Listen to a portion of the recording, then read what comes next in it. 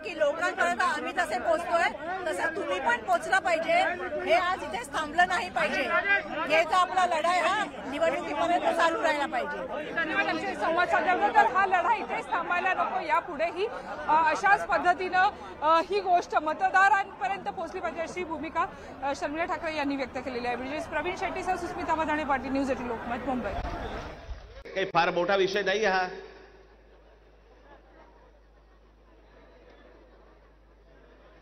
आम्ही बोलतो आहोत, उद्धव ठाकरे बोलतायत, शरद पवार साहेब बोलतायत की याच्यामध्ये दुबार मतदार आहेत. शेतकरी कामगार पक्ष बोलतोय, कम्युनिस्ट पार्टीचे लोक बोलतायत, काँग्रेसचे लोक बोलतायत, सगळेच जण बोलतायत. एवढंच नव्हे, भारतीय जनता पक्षाचे पण लोक बोलतायत की दुबार मतदार आहेत. शिंदेचे लोक बोलतायत दुबार मतदार आहेत. अजित पवारांचे लोक म्हणतायत दुबार मतदार आहेत. अरे मग अडवलंय कोणी? मग हा निवडणूक घेण्याची घाई का करतात? साधी गोष्ट आहे, मतदार याद्या साफ करा आणि मतदार याद्या साफ केल्यानंतर त्या पूर्ण पारदर्शक केल्यावरती मग जेव्हा निवडणुका होतील त्याच्यानंतर यश कोणाचं अपयश कोणाचं सगळ्या गोष्टी मान्य. पण सगळं लपून छपून जे चालू आहे ते कशासाठी? पण मी आज 2-3च गोष्टी तुम्हाला आज दाखवण्यासाठी इथे आणलेल्या आहेत.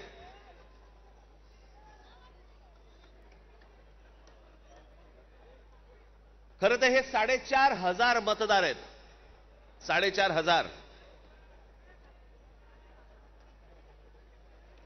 4,500 मतदार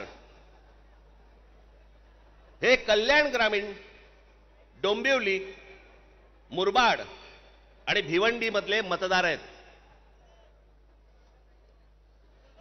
या इकडच्या मतदारांनी इथल्या मुंबईच्या मलबार हिल मतदारसंघामध्ये देखील मतदान केलेलं आहे. 4,500 मतदार हे या ठिकाणी राहणारे यांनी मलबार हिल मतदारसंघामध्ये मतदान केलेलं आहे. त्यातल्या अगदी नावाला म्हणून मी तुमच्यासाठी हे एवढे मतदार आहेत.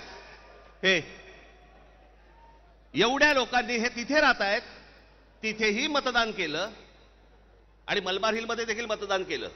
ह्याच्यातली म्हणून मी आत्ता जस्ट फक्त 3 नावं आणली. प्रभाकर तुकाराम पाटील, राम महादू भोईर आणि गजानन पुंडलिक भोईर ही त्यांची मतदार यादी आहे. या मतदार यादीमध्ये त्यांनी त्या मतदारसंघांमध्ये देखील मतदान केलेलं आहे आणि मलबार हिल मतदारसंघामध्ये देखील मतदान केलेलं आहे. असे लाखो लोक आहेत महाराष्ट्रभर की जे या मतदानासाठी म्हणून वापरले गेले.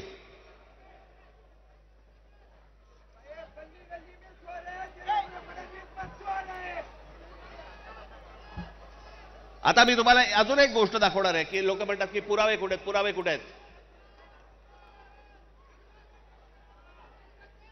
मुंबई हे लोकसभा मतदारसंघ म्हणजे मी तुम्हाला आता जुलैपर्यंतची यादी वाचून दाखवतोय. जुलैपर्यंतची. 1 जुलैला त्यांनी यादी बंद केली.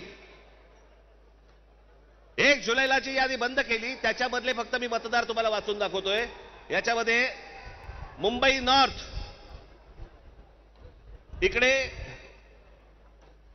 एका लोकसभा मतदारसंघामध्ये 17,29,456 मतदार आहेत. याच्यापैकी 62,370 हे दुबार आहेत. मुंबई नॉर्थ वेस्ट संपूर्ण मतदार 16,74,861 आणि दुबार मतदार 60,231. मुंबई नॉर्थ ईस्ट पूर्ण मतदार आहेत 15,90,710 आणि दुबार मतदार आहेत 92,983. मुंबई नॉर्थ सेंट्रल टोटल मतदार आहेत 16,81,048 आणि दुबार मतदार आहेत 63,740. मुंबई साऊथ सेंट्रल संपूर्ण मतदार आहेत 14,37,776 आणि दुबार मतदार आहेत 50,565. मुंबई साऊथ मतदार आहेत, हे आत्ताची यादी सांगतोय तुम्हाला, जुलैपर्यंतची, 1 जुलैपर्यंतची, 15,15,15,993 आणि दुबार मतदार आहेत 55,205. नाशिक लोकसभा मतदार आहेत 19,34,349 आणि दुबार मतदार आहेत 99,673. मावळ लोकसभा संपूर्ण मतदार आहेत 19,85,172 आणि दुबार मतदार आहेत 1,45,636 एवढे दुबार मतदार आहेत. पुणे लोकसभा 17,12,242 दुबार मतदार आता आहेत तिकडे 1,02,002.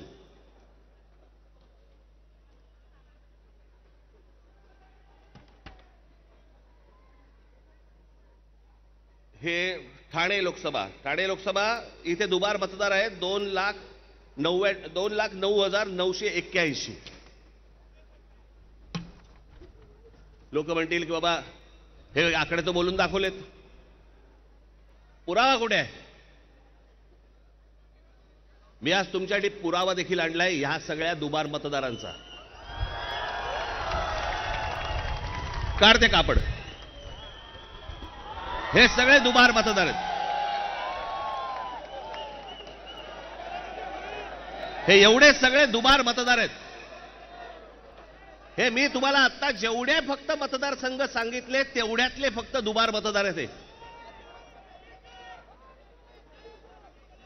म्हणजे तुम्हाला कल्पना येईल महाराष्ट्रामध्ये काय प्रकारचा गोंधळ येतो. आणि एवढे पुरावे दिल्यानंतर देखील हट्ट सुरू आहे की नाही कोर्टाने सांगितलंय जानेवारीत निवडणुका घ्या. कशा घ्या? का घ्या?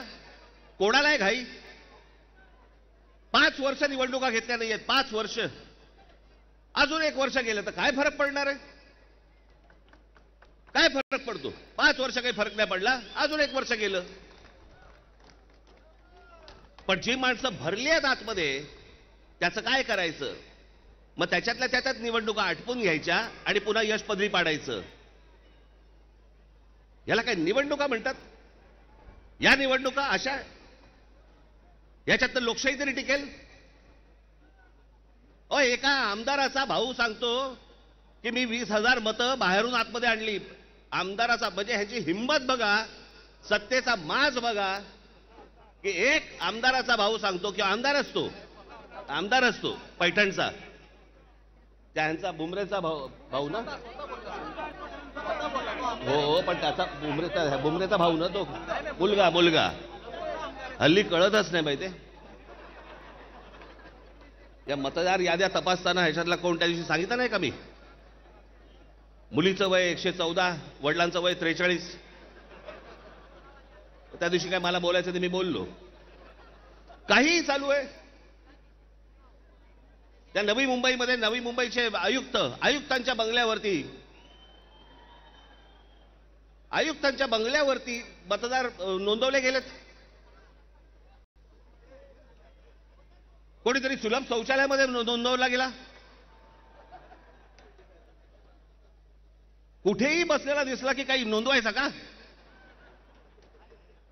ही अत्यंत लाजिरवाणी गोष्ट मला असं वाटतं ही देशभर सुरू आहे, प्रत्येक ठिकाणी सुरू आहे, प्रत्येक मतदारापर्यंत समजलंय.